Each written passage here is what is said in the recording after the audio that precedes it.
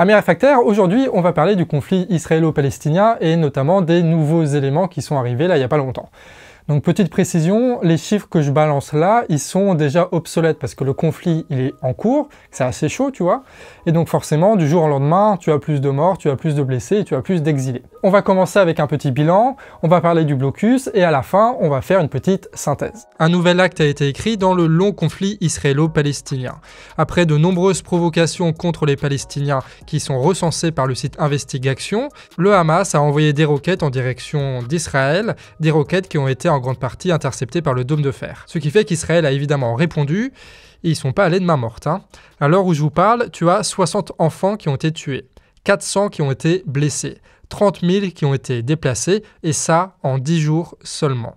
L'intégralité des écoles ont été détruites et une grande partie des centres de santé avec eux. Déjà que l'accès à l'eau était quasiment impossible pour une grande partie de la population, les bombardements ont détruit les maigres infrastructures essentielles qui restaient. Ce qui fait qu'au final, 350 000 personnes ont un besoin urgent d'eau pour boire mais aussi pour se laver, ce qui rend possible la propagation de maladies infectieuses potentiellement mortelles. Ce qui n'a pas empêché Israël de bombarder le ministère de la Santé, ni de détruire toutes les routes qui mènent au plus grand hôpital de Gaza, celui qui était alors en charge des cas Covid et des rares vaccinations. Donc Israël a rendu impossible l'accès à un des principaux hôpitaux de Gaza, mais ils ont aussi détruit le ministère de la Santé, d'accord, qui est censé organiser du coup un peu tout ce merdier. En plus de ça, ils refusent l'accès de l'aide humanitaire à Gaza, ils maintiennent le blocus et ils continuent de bombarder, des civils notamment. Donc à partir de quel moment on ne peut pas appeler ça un crime de guerre? Et c'est pas un accident. Wikileaks révèle dans ses câbles diplomatiques que cette stratégie qui consiste à bombarder des civils et des infrastructures essentielles sont prévues et planifiées. C'est leur stratégie, c'est immonde, mais c'est leur stratégie. Et pendant ce temps, le très à gauche Biden relaie la parole du Premier ministre israélien, disant que les crimes de guerre étaient en fait un droit à se défendre face aux menaces du Hamas. Et pendant ce temps, la Maison-Blanche signe un contrat d'armement pour Israël à hauteur de 735 millions d'euros. Et pendant ce temps, les États-Unis refusent toujours toutes les résolutions même symboliques de l'ONU sur la fin du conflit. Mais évidemment, Israël a aussi une stratégie pour éviter que cette affaire ne fasse trop de bruit. Avec notamment des journalistes intimidés, des reporters abattus et surtout la destruction des bureaux de la presse internationale. Et ça aussi, c'est pas un accident, Ils avaient prévenu qu'ils allaient péter ce truc-là. Ils ont délibérément détruit les rares médias sur place pour étouffer au maximum les meurtres qui sont commis là-bas. Ce qui ressort du coup de Gaza, ce sont quelques vidéos et quelques articles issus des rares journalistes encore sur place.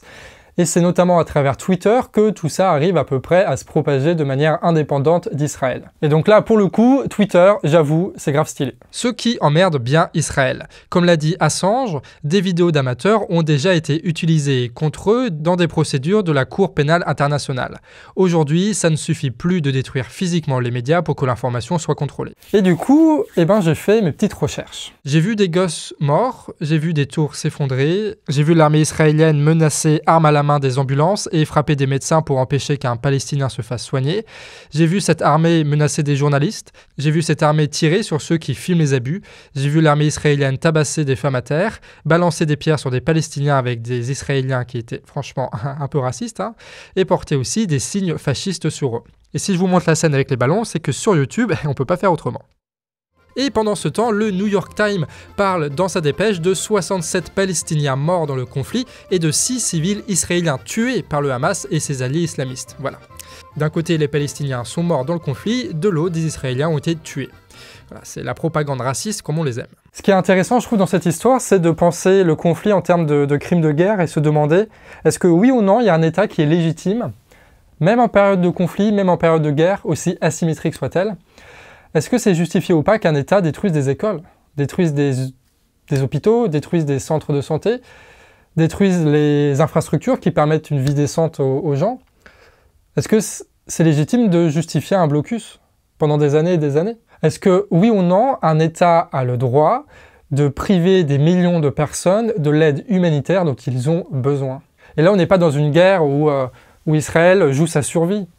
On n'est pas dans une guerre où tu as une véritable armée qui défie Israël et qui menace sa sécurité, qui menace sa survie. C'est pas vrai.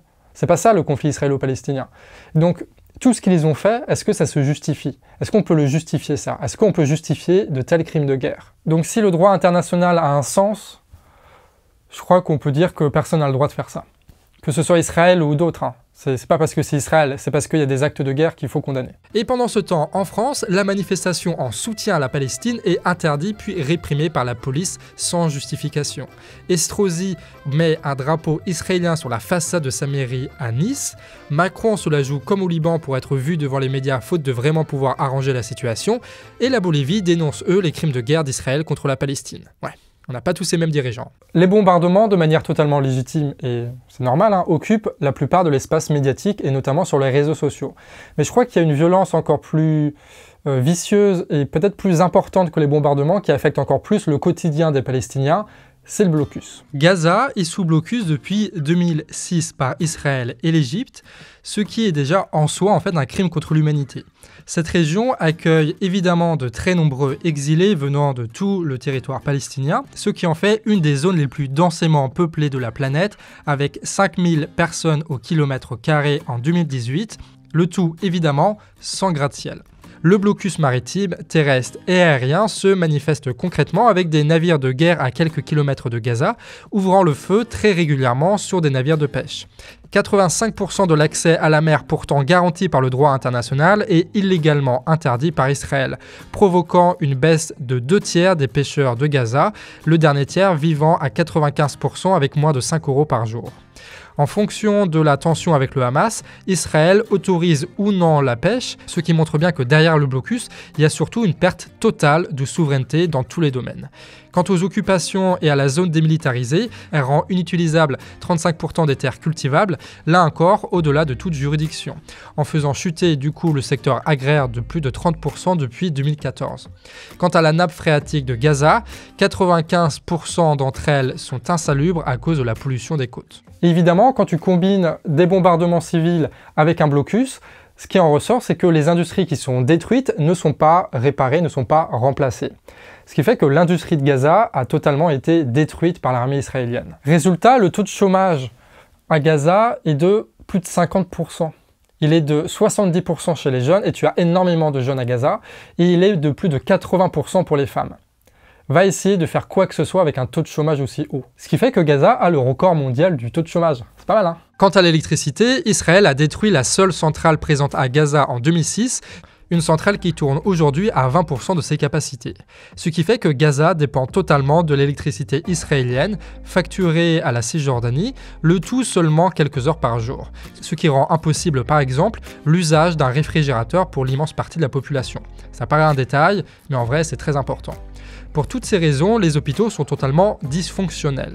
Il manque 50% des médicaments vitaux et tous les traitements ou opérations à tant soit peu avancés sont totalement impossibles. Et forcément, quand les manifestations sont organisées et qu'Israël tire avec des balles explosives, notamment sur les jeunes, ça fait des dégâts que les médecins ne peuvent guérir. Bref, c'est pas pour rien si l'ONU avait prévenu dès 2012 que la situation allait devenir invivable dès 2020, sachant qu'entre-temps, ils ont constaté que la situation s'était plus dégradée que prévu. Gaza est donc une prison à ciel ouvert.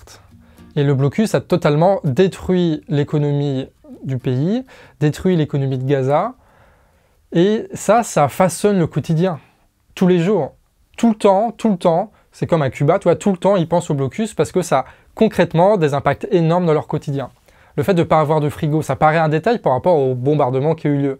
Mais en vrai, ne pas avoir de frigo, ça a énormément de conséquences. Et là où Cuba a réussi à se développer malgré ça et au prix de très grands sacrifices, on va le voir la semaine prochaine, et bien Gaza, eux, ils n'ont pas pu en fait. Ils n'ont pas pu parce qu'ils sont littéralement entourés par Israël, parce qu'ils ont un accès à la mer qui est juste totalement limité, d'accord? Ils ne peuvent pas commercer avec d'autres pays, hein. T'as Israël qui bloque. Donc, en fait, il n'y a pas de sortie possible pour eux. Gaza ne peut rien faire pour se développer, ne peut rien faire pour s'émanciper. La seule chose que Israël leur permet de faire, c'est attendre pacifiquement, voilà, que la situation change, en se prenant des roquettes, en perdant des membres de leur famille, et puis voilà, attendre. Donc forcément, à un moment ou à un autre, ça finit par merder. Et tu sais, Israël, ils sont très agressifs, ils sont très revendicatifs sur le fait que le boycott des produits israéliens, c'est vraiment quelque chose de mauvais, qu'il faut arrêter, c'est un crime et tout ça. Le même pays organise par contre un blocus contre Gaza, donc depuis 2006, un vrai blocus vénère, et c'est le seul pays avec les États-Unis qui vote encore en faveur du blocus de Cuba. un blocus qui dure depuis les années 60. Donc voilà, le seul pays qui soutient la quasi-totalité des blocus encore en place sur Terre, c'est le pays qui, après, par rapport à ses propres produits, va faire... Je trouve ça rigolo, moi. Je trouve ça rigolo. Dans cette histoire, je crois que le vrai piège, c'est d'essayer de moraliser les choses à l'extrême et de vouloir trouver un gentil et de vouloir trouver un méchant. La situation du conflit israélo-palestinien ne peut pas se mettre dans des cases bien, mal, tu vois. Et tu as beaucoup de commentaires qui vont arriver de personnes qui vont outrageusement être pro-israéliens et qui vont dire en gros que oui, il y a eu des milliers de morts du côté de la Palestine, le blocus, tout ça, mais à côté, tu as eu des morts en Israël et ça, on n'en parle pas, et du coup, machin, machin. Et ça, c'est vraiment entrer dans un truc moral en disant, oui, vous dites que le Hamas, c'est les gentils, alors qu'ils ont fait des trucs méchants, quoi.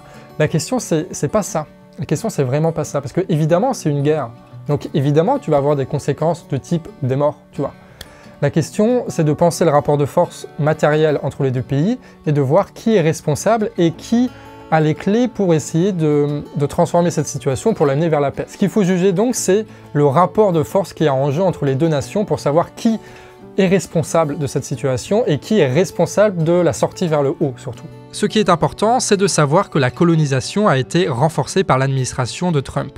En plus de 4 milliards de dollars offerts par an à l'armée israélienne et la reconnaissance de Jérusalem comme capitale d'Israël, ils ont aussi reconnu l'installation de nouvelles colonies en terre palestinienne, en Cisjordanie, au mépris des accords internationaux, ce qui a considérablement augmenté le nombre de ces colonies. Le Premier ministre israélien, lui aussi, est favorable à cet électorat très à droite et anti-palestinien qui vivent dans ces colonies pour lui garantir un maintien au pouvoir. Cet aspect électoral est très bien présenté par le monde diplomatique notamment. Pour le Premier ministre israélien, la guerre permet de justifier l'instauration d'un État autoritaire, militaire et raciste. Faut pas oublier, Israël c'est un vrai État religieux, donc déjà ça merde un peu, mais surtout un vrai État raciste qui, tu vois, un truc bien vénère avec des mouvements suprémacistes. Enfin, si on avait le quart de la moitié en France, ce serait un peu flippant, quoi. Donc c'est vraiment quelque chose d'assez chaud. D'où le fait, du coup, qu'au niveau du gouvernement en place en Israël, il n'y a aucune recherche de sortie vers le haut. Parce que ça ne les intéresse pas. Parce qu'en soi, le conflit permet de les légitimer et permet de prendre de la force, notamment par rapport au parti travailliste qui, avant, dirigeait Israël. C'est un jeu qui est très cynique, parce que pour un simple jeu de pouvoir, tu vas tuer des milliers de personnes, tu vas mettre dans un état d'insécurité des millions d'autres, qu'ils soient israéliens ou palestiniens pour le coup, et tu vas appauvrir énormément de gens, quoi, juste pour un jeu de pouvoir. C'est quand même vachement mesquin. Et la communauté internationale, comme on dit, elle soutient largement ce truc-là. C'est quand même un peu chaud. C'est ce qu'on appelle sur cette chaîne les oppositions structurantes. Le Hamas se construit en opposition à Israël. Et du coup, là, il y a une réalité, une misère tangible qui fait que ça s'explique. Et en Israël, le gouvernement en place ne se justifie, ne se légitime qu'à travers un adversaire. Un adversaire qu'il nourrit naturellement parce que sinon il n'existerait pas, ou pas avec autant de force en tout cas. En face, le Hamas a pris le pouvoir à Gaza en 2006 et revendique une lutte armée contre Israël. Et il y a plusieurs erreurs à ne pas faire, je pense, sur ce sujet. La première, pour moi, c'est de ne pas considérer le rapport matériel qui a donné toute sa force et sa légitimité à une force armée. Depuis 1947, les Palestiniens subissent une occupation qui est illégale, un étranglement économique, des bombardements, des humiliations et surtout aucune porte de sortie. C'est juste une prison et c'est encore pire à Gaza. Et pendant très longtemps, le Hamas était minoritaire. Et ce qui l'a rendu fort, ce qui l'a rendu légitime, c'est l'impasse politique qui est organisée et imposée par Israël. Chaque civil tué, c'est une famille qui est endeuillée. Donc c'est énormément de jeunes, parce que tu en as beaucoup encore une fois à Gaza, il y a énormément de jeunes à Gaza, donc c'est beaucoup de jeunes qui sont poussés toujours encore un peu plus vers la lutte armée, même si celle-là ne produira aucun effet au court, moyen ou long terme. Il y a des dynamiques là-dedans qui sont ultra destructrices pour tout le monde, qui ne sont pas saines du tout et qui sont alimentées par une politique bien précise, une politique que mène l'État israélien. Et du coup, c'est intéressant, oui, c'est intéressant de discuter du Hamas, de savoir tous les biais, tout ça, même si c'est dur de juger là où on est, mais ce qu'il faut voir aussi, c'est que le Hamas arrive à se justifier et arrive à recruter et à prendre de la force parce qu'il y a une situation qui rend légitime son pouvoir et qui rend presque nécessaire une sortie. Et vu qu'il n'y a pas de sortie vers le haut, sortie vers la paix qui est proposée par Israël, la seule chose qui ressort, c'est une lutte armée qui va jamais aboutir parce qu'Israël, c'est une des plus grosses armées du monde qui est soutenue par les États-Unis. Mais c'est ça qui est important, je pense, c'est de voir la mécanique avant de voir le jugement moral. Une autre erreur serait donc de juger ce moyen d'action, alors que nous, on est bien au chaud, à l'autre bout du monde, avec notre bouffe, avec notre électricité, avec nos hôpitaux, bon même si c'est pas parfait, hein. Et ce qui est important aussi, je pense, c'est de voir que le Hamas est contesté même à l'intérieur de Gaza, rendant le massacre de civils d'autant plus illégitime. Et là-dessus, je vous renvoie sur le monde diplomatique. Comme dit Kali, il n'y a pas de gentil, il n'y a pas de méchant, mais tu as un faible et un fort dans cette histoire, et ça, il faut le prendre en compte, il ne faut pas l'ignorer, il ne faut pas l'oublier, il ne faut pas l'enlever d'un geste de la main, parce que le fort a un devoir de responsabilité par rapport au faible, surtout avec une disproportion si grande que le Hamas contre Israël, quoi. Il y a une responsabilité qui est de ne pas envenimer les choses et de trouver une solution pacifiste à tout ça, ce qui n'est jamais proposé par Israël. Israël est responsable parce que c'est eux qui organisent le blocus, c'est eux qui colonisent les terres, c'est eux qui font les provocations, c'est eux qui ont la plus grosse armée, c'est eux qui détruisent l'industrie et qui paupérisent la population. Bref, c'est eux qui ont la possibilité d'arrêter la guerre, pas les Palestiniens, même pas le Hamas, tu vois. Donc c'est pour ça que la critique d'Israël, c'est pas une critique d'Israël. La critique d'Israël, elle est basée sur des rapports de force. Elle est basée sur une analyse matérielle de la situation. Et c'est ça qu'il faut comprendre, et c'est ça qui empoisonne un peu le débat sur le conflit israélo-palestinien, comme tu vas pouvoir le voir en commentaire. Bref, tu l'auras compris, cette vidéo, elle n'a pas pour but de défendre le Hamas. Elle n'a pas pour but même de défendre la Palestine et de critiquer Israël. Parce que moi, j'en sais rien de ce que les gens vivent vraiment là-bas, ce qu'ils ressentent vraiment. Je ne sais pas c'est quoi la solution qui va être fiable pour eux. Je ne sais pas s'il faut 2 États ou un État, comment est-ce qu'il faut organiser les choses. Moi, je ne suis pas palestinien, je ne suis pas israélien, c'est à eux de décider ça. Encore faut-il qu'ils puissent le décider. Et quand on pense la responsabilité d'Israël, il faut penser aussi la responsabilité d'une grande partie des pays occidentaux qui soutiennent de manière aveugle et dégueulasse cette politique-là. Et qui soutiennent le blocus, et qui soutiennent les massacres. Donc nous, même en tant que citoyens de ces pays-là, de ces pays occidentaux, on a un rôle à jouer. On n'a pas à importer le conflit israélo-palestinien, on a plutôt à essayer d'exporter notre solidarité envers les Palestiniens. Ça c'est Victor Dedache qui dit ça sur son Facebook, et je trouve que ça résume bien la situation. Bref, la question c'est de savoir comment est-ce que les Palestiniens et les Israéliens vont pouvoir trouver une sortie de crise. Je ne sais pas ce que ça va être, je ne milite pas pour une solution ou une autre, mais tout ce qu'il faut c'est que les Palestiniens retrouvent une justice. Il n'y a que ça qui compte, la justice au final. Après, le reste, c'est du détail. Donc voilà, faut militer, et il faut propager l'information. Il faut que justice soit rendue aux Palestiniens et aux Israéliens. Et pour l'instant, c'est pas fait. Et du coup, il faut en parler. Et si tu veux aller un peu plus loin dans l'analyse de ce conflit, je te mets en description un lien vers Kali Vision qui suit cette affaire depuis plusieurs années déjà. Et tu trouveras aussi plein de liens, et notamment des articles du Monde diplomatique, notamment, qui expliquent très bien la chose comme d'habitude.